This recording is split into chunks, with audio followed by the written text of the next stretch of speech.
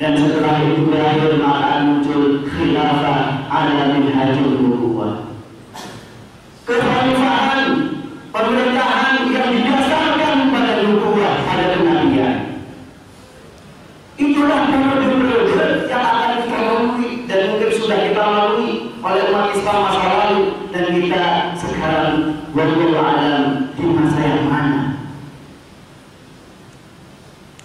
Karena kita juga sering bertanya-tanya tentang kondisi negeri ini. Apakah negeri kita ini makin buruk atau makin baik? Tentu beragam.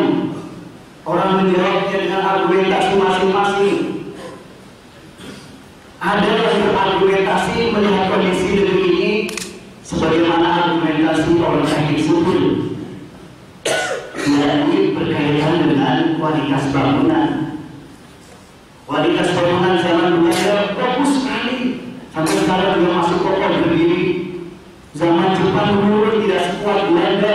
Zaman Orde Lama makin menurun, Orde Baru makin menurun. 1 tahun diresmikan hancur, dan masa reformasi belum diresmikan hancur. Artinya kalau kita melihat dari kacamata ini wallahu a'lam, berarti kita makin buruk kondisinya. Ma'asyiral muslimin rahimakumullah, untuk kita bisa menjawab atau menanggapi kondisi sekarang, marilah kita sejenak merenungkan beberapa ayat Al-Quran di mana Allah Subhanahu wa Ta'ala telah memperingatkan kepada umat Islam ketika ayat ini turun. A'udzu billahi minasyaitonir rajim.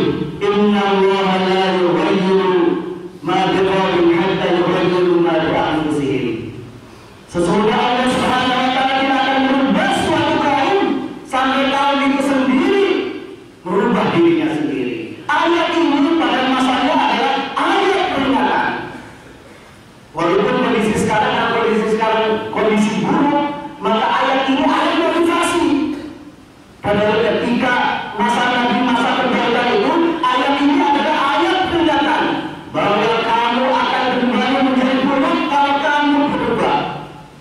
Inna Allaha la yughayyiru ma biqaumin. Allah tidak akan merubah kamu dari kebaikan kepada keburukan hatta yughayyiru ma bi anfusihim, sampai kalian sendiri berubah diri sendiri. Wa idza arada Allahu biqaumin su'an fala maradda lahu.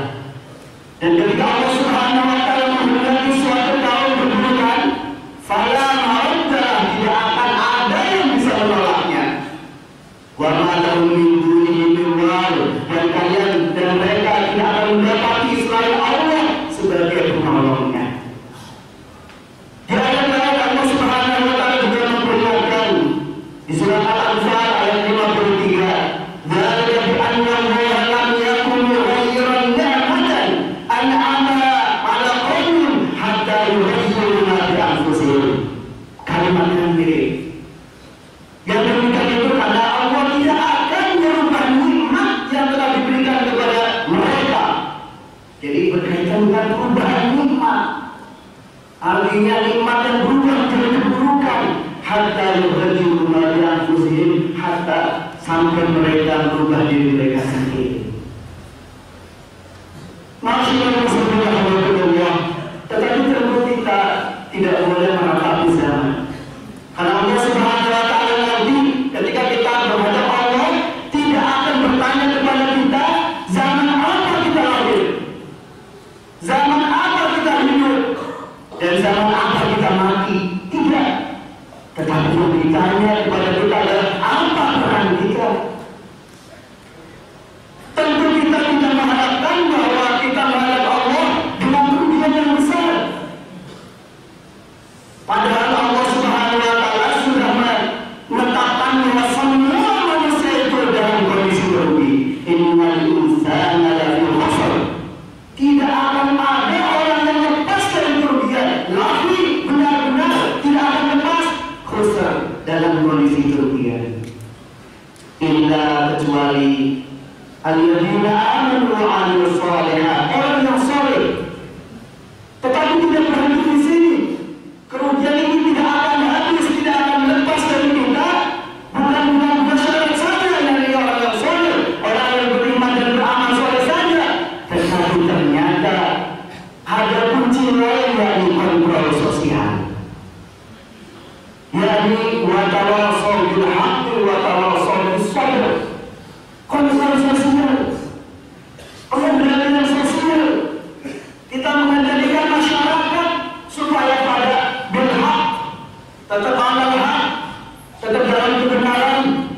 dan kita terus mendukung orang-orang yang tampil mengontrol masyarakat dengan watawasau bis-sabr, terus mendukung memotivasi sehingga orang-orang yang terus mengontrol sosial ini sadar melakukan misinya, melakukan perannya.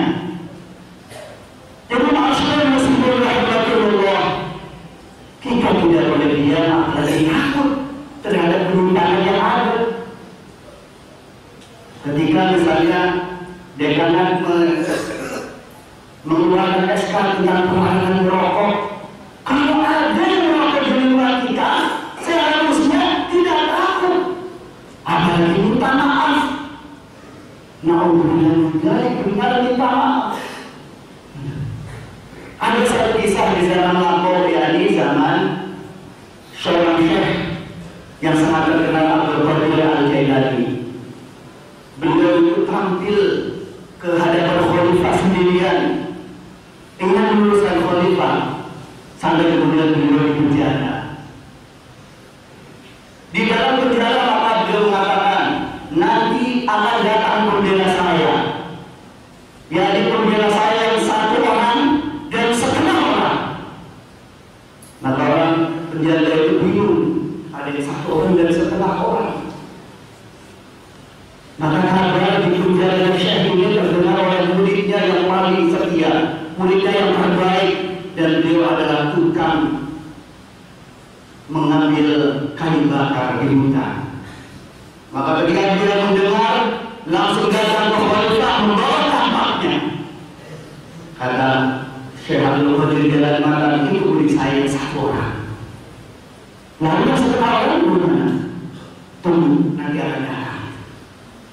Maka kabar tentang tampilnya murid yang terbaik ini sendirian terdengar oleh murid yang lain, sehingga murid yang lain bergerombol dan akhirnya sepakat untuk berdemonstrasi menuntut dibebaskan Syekh dan diluruskannya tindakan khalifah. Maka bergerombolannya orang-orang itu, kata Syekh, itu yang mentalnya setengah orang, maunya Tuhan berberani. Masyarakat muslimin rahmatullah, inilah kontrol sosial. Ibnu Abbas pernah berkata tentang sebab kehancuran suatu kaum. Beliau berkata, "Ma ahlaqallahu qauman illa bi'amalihim wa lam yaqulhum fi syirki." Allah Subhanahu wa taala tidak menghancurkan suatu kaum kecuali karena amal mereka, kecuali karena perbuatan buruk mereka. Walam yuhlikhum, dan Allah tidak akan menghancurkan mereka disyirki karena syirik.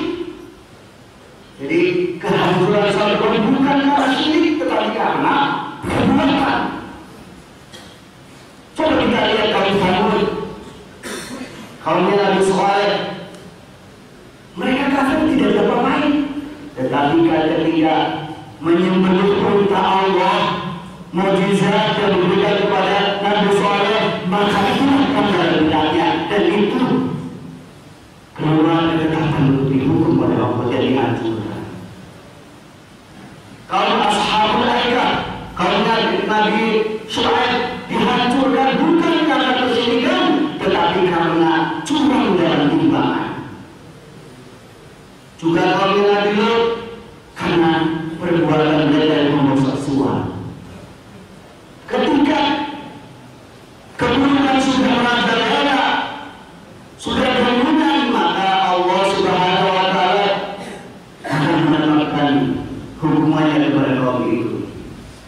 Jadi kesimpulannya bahwa kontrol sosial adalah kunci keselamatan. Oleh karena Allah Subhanahu wa taala berfirman, "Wa ma kana rabbuka an yuhlikal qura bil dhulmi wa aslu wa ahluha muslihun." Allah Subhanahu wa taala tidak akan menghukum, menghancurkan suatu negeri bil dhulmi karena kezaliman, wa ahluha muslihun, bukan karena Allah sewenang-wenang atau Allah zalim. Padahal di antara mereka ada orang-orang yang muslihun,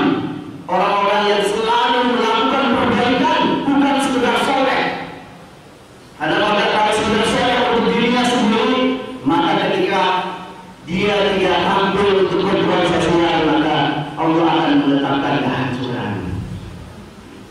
Dan takutlah kita sebagaimana apa yang disebutkan dalam ayat yang lain, wattaqu fitnatan la tusibanna alladziina zalamu minkum khaassah.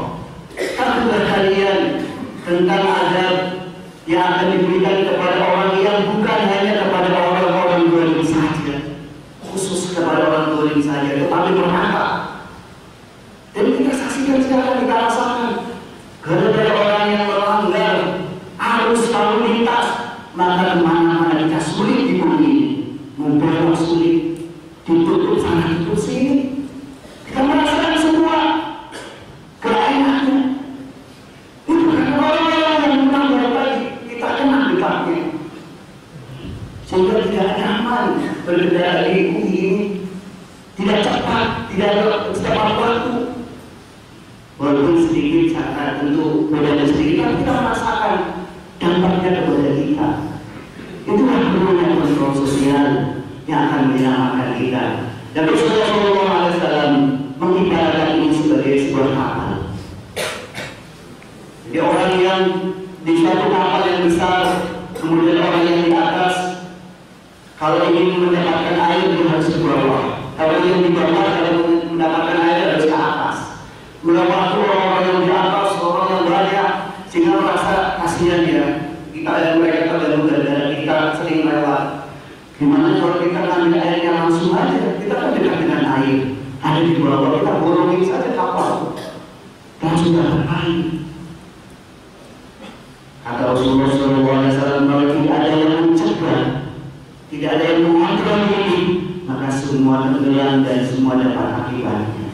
Masyaallah muslimin rahmatullah, mudah-mudahan kita tidak berhenti untuk melakukan kontrol sosial ini, terutama di lingkungan yang kita cintai ini di FTUI, sehingga kehidupan kita menjadi kehidupan yang diridhai Allah Subhanahu wa taala. Amin ya rabbal alamin. Barakallahu lakum fil Qur'anil azim wa nafa'ani wa iyyakum bima fihi wa dhikril hakim wastaghfiruhu innahu huwal ghafurur rahim.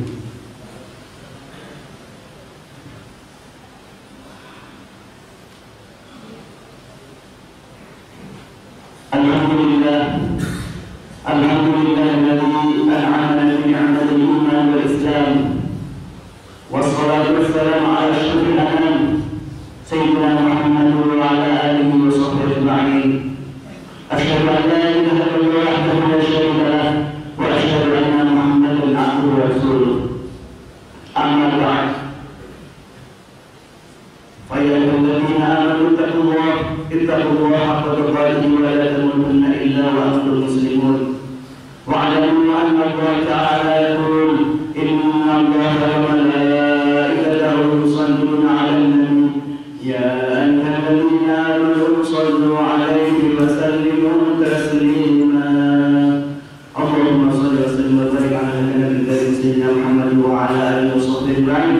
اللهم اغفر للمسلمين والمسلمات والمؤمنين والمؤمنات الأحياء منهم والأموات إنك قريب مجيب الدعوة ويقضي الحاجة. ربنا اغفر لنا ولوالدينا وارحمهم كما ربونا صغارا. ربنا اغفر لنا ولإخواننا الذين سبقونا بالإيمان ولا تجعل في قلوبنا غلا للذين آمنوا ربنا إنك رؤوف رحيم. ربنا اغفر لنا أنفسنا ولا تغفر لنا وترحمنا لنكونن من الخاسرين. ربنا افتح علينا صبرا وتوفنا مسلمين. اغفر لنا ذنوبنا يسر لنا أمورنا واجعلنا الدنيا رحمة الخلايا. اللهم نور قلوبنا بنور الهداية كما نورت على قلوب الشمس أبدا. اللهم نور عين قلوبنا واستعمل بطاعتك بدننا. اللهم أعنا على ذكرك وشكرك وحسن عبادتك. اللهم إنا نسألك الهدى والتقى والعفاف والغنى. اللهم إنا نسألك حسن الخاتمة ونعوذ بك من سوء الخاتمة. ربنا هب لنا من أزواجنا وذريتنا قرة أعين واجعلنا للمتقين إماما. اللهم اجعلنا تقبلنا من أهل العلم وأهل الخير وأهل القرآن ولا تجعلنا وإياهم من أهل الكذب وأهل الشر. ربنا تقبل منا إنك أنت السميع العليم وتب علينا إنك أنت التواب الرحيم. اللهم بلغنا رمضان اللهم بلغنا رمضان اللهم